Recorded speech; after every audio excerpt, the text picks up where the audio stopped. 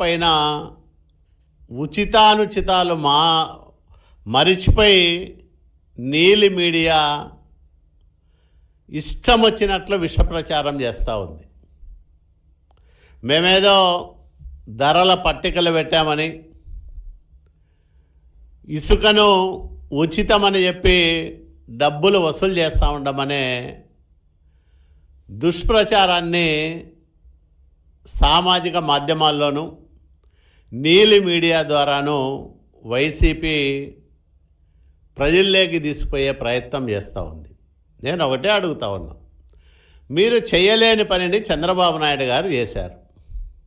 మీరు నేరుగా సహజ వనరులైన ఇసుకను విచ్చలవిడిగా దోపిడీ చేయడంతో పాటు ప్రభుత్వానికి టన్నుకు 375 రూపాయలు వసూలు చేశారు. ఆ రోజు మరి 475 రూపాయల టన్ను ఇసుక అధికారికంగా పెట్టి దాంట్లో 375 రూపాయలు ప్రభుత్వానికి వచ్చే విధంగా మీరు ఆ రోజు ధరలు నిర్ణయించి అనధికారికంగా అంతకు రెండింతలు ధరలతో మీరు విక్రయించిన మాట వాస్తవమా కాదా? సమాధానం చెప్పమని నేను వైసీపీ నాయకులను అడుగుతూ ఉన్నా. అట్లాగే మీరు ఈరోజు రండి, ఎక్కడికైనా మీరు ఒక ట్రాక్టర్ తీసుకొని వచ్చి ఉచితంగా లోడ్ చేసుకొని పోండి, ఎవరు మిమ్మల్ని అభ్యంతర పెట్టరు.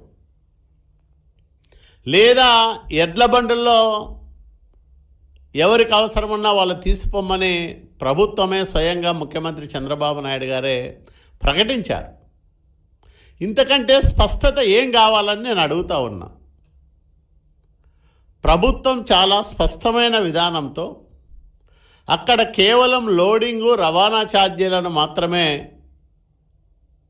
వసూలు చేస్తూ ప్రజలకు ఉచితంగా ఇసుకను అందజేస్తూ ఉంటే వైసీపీ నాయకులకు ఎందుకు కడుపు మంట అని నేను అడుగుతూ ఉన్నా.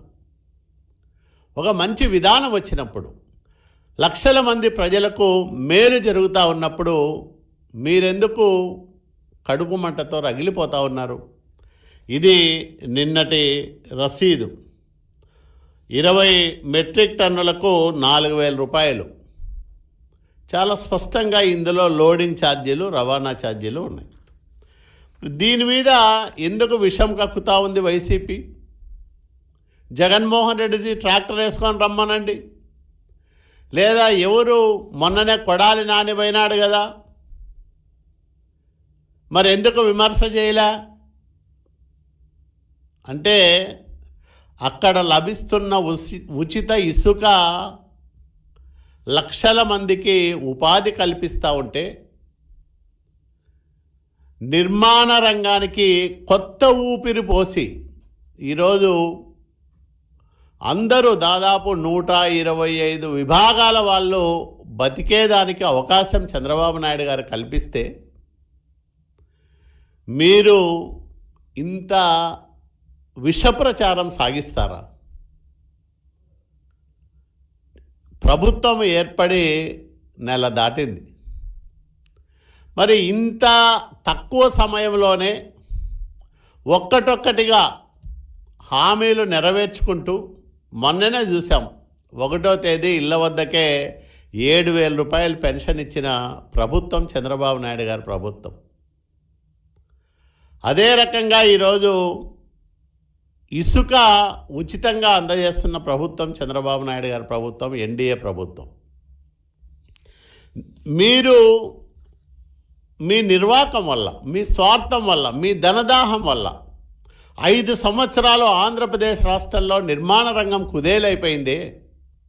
వ్యవసాయం తర్వాత అతి ఎక్కువ మందికి ఉపాధి కల్పించే నిర్మాణ రంగాన్ని మీ నిర్లక్ష్యం కారణంగా, మీ స్వార్థం కారణంగా ఎంత ఇబ్బందులు పాలు చేశారో కల్లారా చూసాము, అనుభవించాం.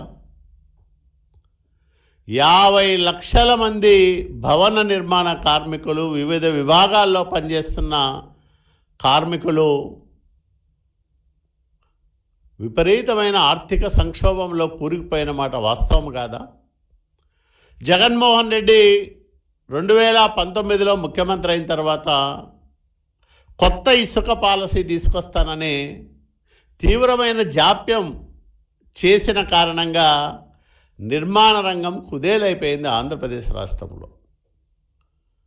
లక్షల మంది ఉపాధి అవకాశాలు కోల్పోయి రోడ్ల మీదకి వచ్చారు అన్నమో రామచంద్ర అంటూ. తర్వాత కరోనా వచ్చింది. కనీసం కరోనా సమయంలో కూడా కనికరం లేకోకుండా నిర్మాణ రంగాన్ని పూర్తిగా నిర్వీర్యం చేసింది అప్పటి వైసీపీ ప్రభుత్వం.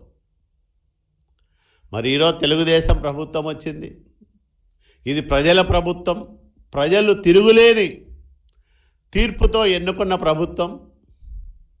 నీకు కనీసం ప్రతిపక్ష హోదా కూడా ఇవ్వలేదంటే ప్రజలు ఎంత కసిగా జగన్మోహన్ రెడ్డిని ఓడించారో అర్థం కావడం లేదా వైసీపీ నాయకులారా మీకు? జగన్మోహన్ రెడ్డి దుష్పరిపాలన వల్ల, దుర్నీతి వల్ల, స్వార్థం వల్ల, నియంతృత్వ పోకడల వల్ల వ్యవస్థలను భ్రష్టు పట్టించి రాజ్యాంగ ధర్మాలను విస్మరించి మీరు సాగించిన రాక్షస పరిపాలన వల్ల అన్ని వర్గాల ప్రజలు బాధితులుగా మారి ఈ రాష్ట్రం నుంచి వైసీపీని తరిమి తరిమి కొట్టడానికి తిరుగులేని తీర్పు చెప్పారే. ఇంకా మీకు సిగ్గు లేదా? ఇంకా మీకు బుద్ధి రాలేదా? మీ నీలి బుద్ధి, మీ వక్రబుద్ధి, మీ ఏహ్య బుద్ధి, మీ లేహ్య బుద్ధి ఇంకా మారకపోతే మిమ్మల్ని ఆ దేవుడు కూడా బాగు చేయలేడు. వైసీపీ నాయకులారా, ఉచిత ఇసుక ఒక పవిత్రమైన కార్యక్రమం, లక్షల మందికి మేలు చేసే కార్యక్రమం. అట్లాంటి కార్యక్రమం పైన బురద జల్లుతారా? విష ప్రచారం చేస్తారా? పని కట్టుకొని దుమ్మెత్తిపోస్తారా? బుద్ధుందా మీకు అసలు? ఇప్పటికైనా మానుకోండి, మారండి, ప్రజల తరఫున మాట్లాడడం నేర్చుకోండి. అంతేగాని సోషల్ మీడియాలో పేటీఎం బ్యాచ్ ఉంది, లేదా మా పత్రిక ఉంది, మా ఛానల్ ఉంది, మేము ఇష్టం వచ్చినట్లు ఒక అసత్యాన్ని పదే పదే ప్రజలకు తెలియజెప్పడం ద్వారా సత్యమని నమ్మించే మా ప్రయత్నం ఫలిస్తుందనే భ్రమలో ఉన్నారు మీరు. మీది ఒట్టి భ్రమ. ఖచ్చితంగా వాస్తవాలు ప్రజలు గమనించారు కాబట్టి, గ్రహించారు కాబట్టి మీ దుష్టపాలనను దునుమాడి మళ్ళీ ప్రజాప్రభుత్వాన్ని చంద్రబాబు నాయుడు గారి నాయకత్వంలో ఒక అద్భుతమైన పరిపాలన చూసే అవకాశాన్ని తెచ్చుకున్నారు ఆంధ్రప్రదేశ్ రాష్ట్ర ప్రజలు. కాబట్టి ఇప్పటికైనా మారండి. ప్రభుత్వం చేసే మంచి కార్యక్రమాలకు సహకరించకపోయినా కనీసం ప్రేక్షక పాత్రతోనైనా సరిపెట్టుకోండి తప్ప నిజాలను మరుగుపరచాలనో, సత్యాన్ని సమాధి చేయాలనో మీరు ప్రయత్నం చేస్తే ఆ సత్యమే